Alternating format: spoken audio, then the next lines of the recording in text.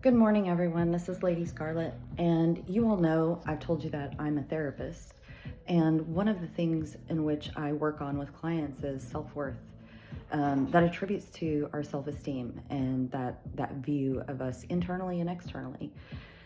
Now, I'm going to talk a little bit about self-care as well, but I wanted to address things that I see on the daily with folks that I might see in my therapy office, and as well as people that I read, because I do personal reads outside of those general reads. And a lot of what I see is about people afraid to take a leap because of the way that they feel about themselves. Okay.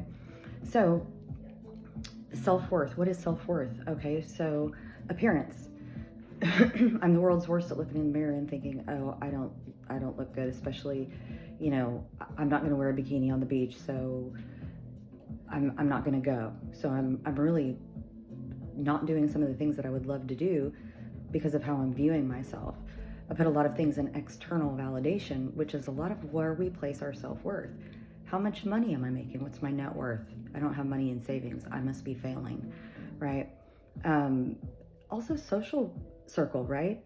Do the people in my social circle, are they important in the community or something like that? Am I important in the community, right? Things like that. So what your career is, what your status in your career is, if you're not in a leadership position, does that mean that your self-worth is not as good? Also what we achieve. If I'm not getting accolades, awards, does that mean that I'm not doing good enough, right? So a lot of those things are really external validators of self-worth. There are people that have incredibly good self-worth that don't really have those things the way they want them to yet. So why are they different? Well, one, they value the small successes and the small victories. They do not place themselves in a role of being a victim. And I'm not talking about people that are actually being victimized in relationships, which will absolutely affect your self-worth. Absolutely. But that is a whole different rabbit hole to go down. And again, I'll say, if you are in a domestic violence situation or some kind of abusive relationship, some of these things might resonate with you and hopefully maybe encourage you. But there is support out there, and I would encourage you to find resources to support you if you're looking to get out of those situations.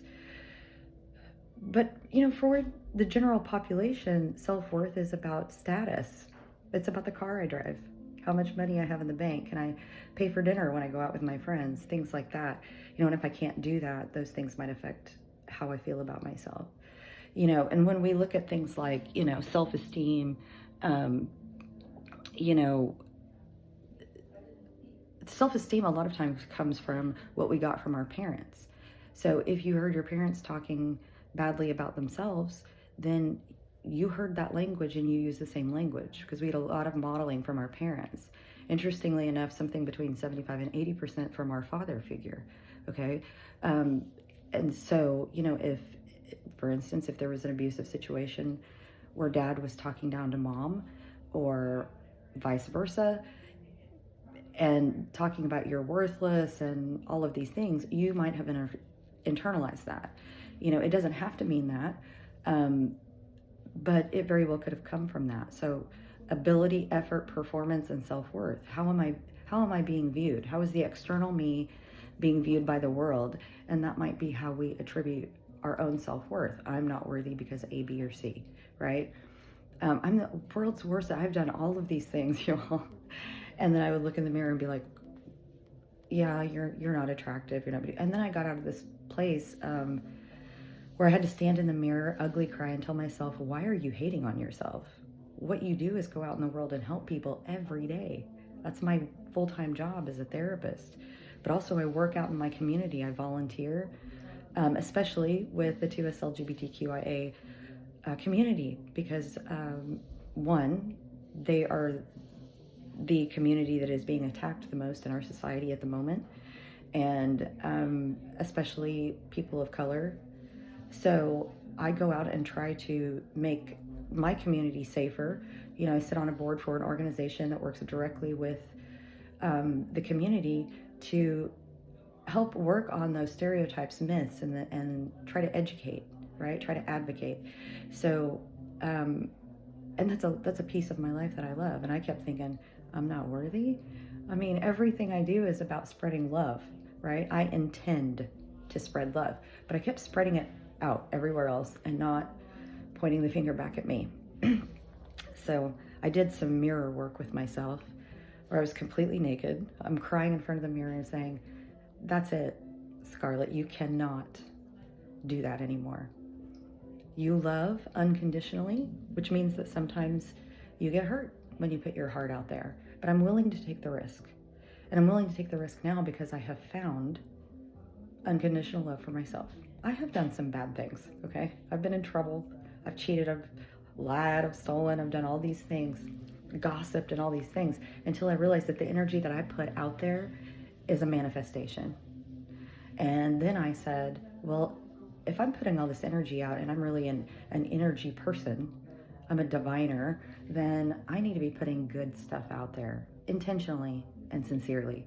And so, but I had to work on my own darkness. I had to face my own shadow and embrace that shadow, okay?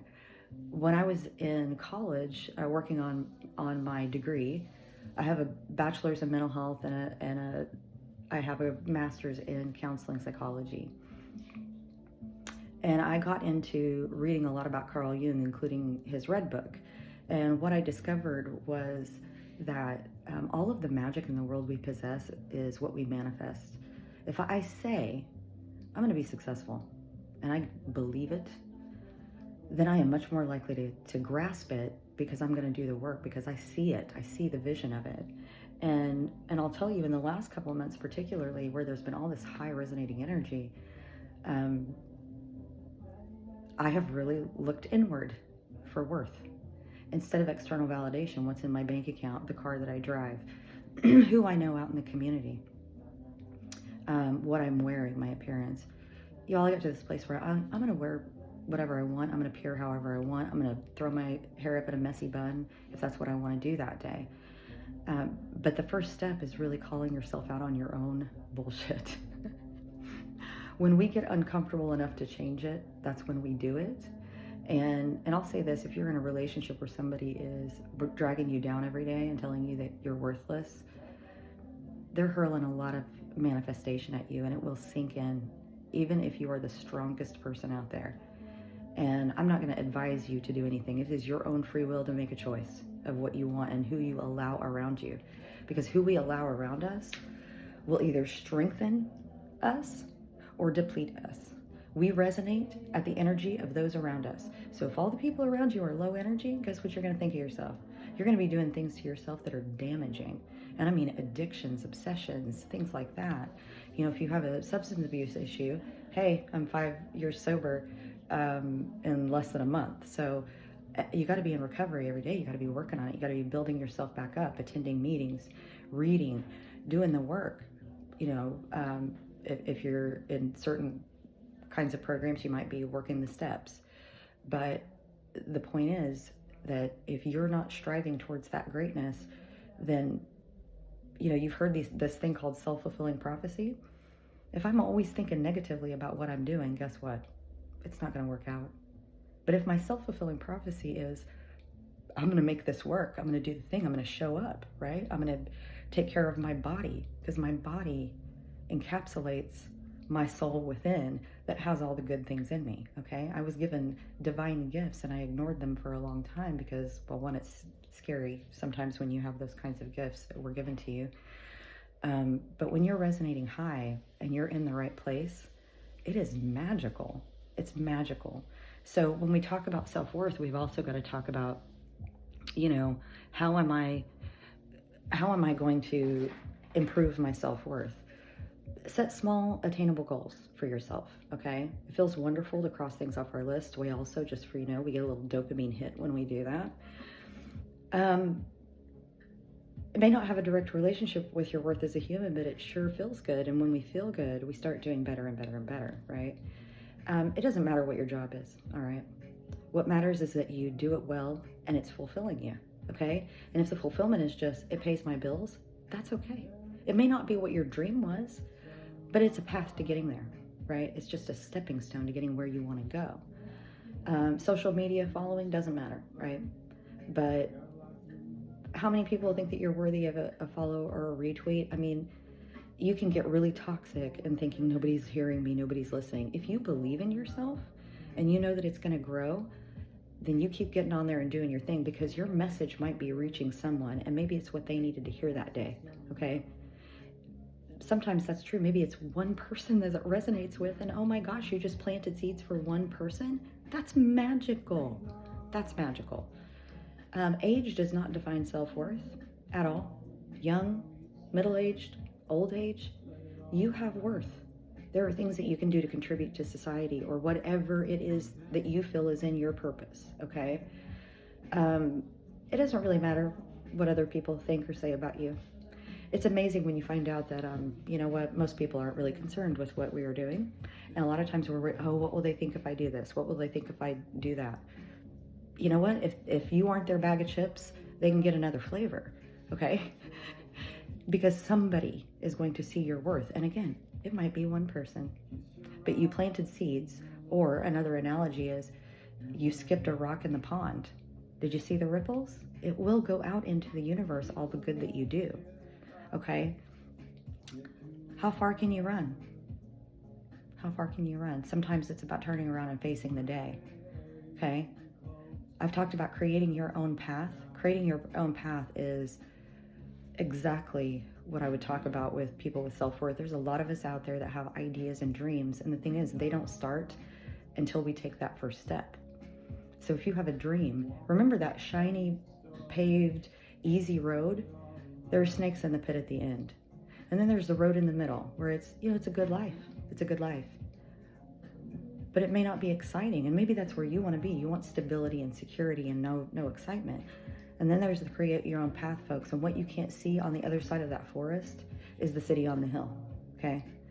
And when we get to have that, when we do that, that absolutely is just one of the most amazing experiences in the world, is to walk upon that city on the hill and know that maybe my project was small or maybe it reached millions, but either way, I've made a difference, okay?